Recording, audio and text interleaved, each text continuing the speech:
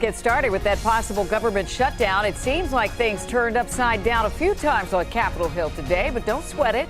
We're here to make sense of it. And we are tracking things minute by minute. So here's what's coming your way tonight on the news at 11. We'll talk about how we got here. We'll talk about how this will affect you and the neighborhood businesses you count on. But first, what's happening right now? Pete Bunteen has been keeping track on all that wheeling and dealing on Capitol Hill to avoid this shutdown. He's here now to break it down for us. Hey, Pete.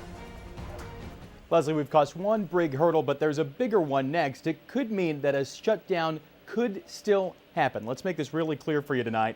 The House voted to keep the government open 4 more weeks. This maneuver is called a continuing resolution. It's the 4th time that Congress has done this in 6 months.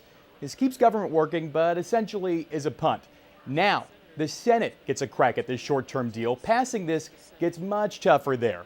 There, it needs 60 votes. Democrats and some big-name Republicans plan to vote no.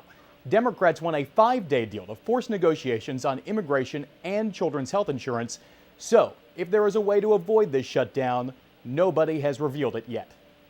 We can't keep kicking the can down the road and shuffling our feet after it. In another month, we'll be right back here.